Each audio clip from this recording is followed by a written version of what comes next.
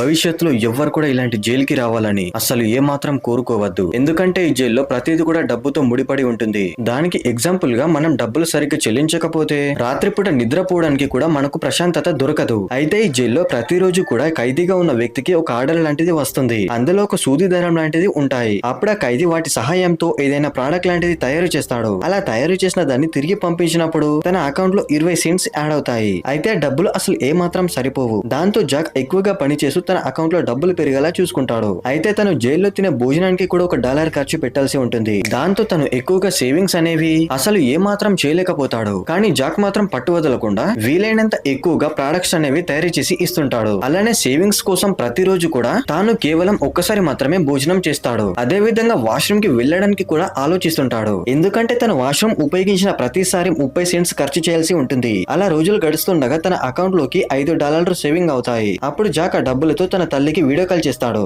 ఆ సమయంలో తన కొడుకు జైల్లో ఉండడం చూసి తల్లి ఆశ్చర్యపోతుంది. అలానే తనకు ఒక లాయర్ ని హైర్ చేసుకోవడానికి $10,000 కావాలని తల్లిని అడుగుతాడు. వీడియో లైక్ చేసి పార్ట్ కింద లింక్ లో ఉంది, ఓపెన్ చేసి చూడండి ఫ్రెండ్స్.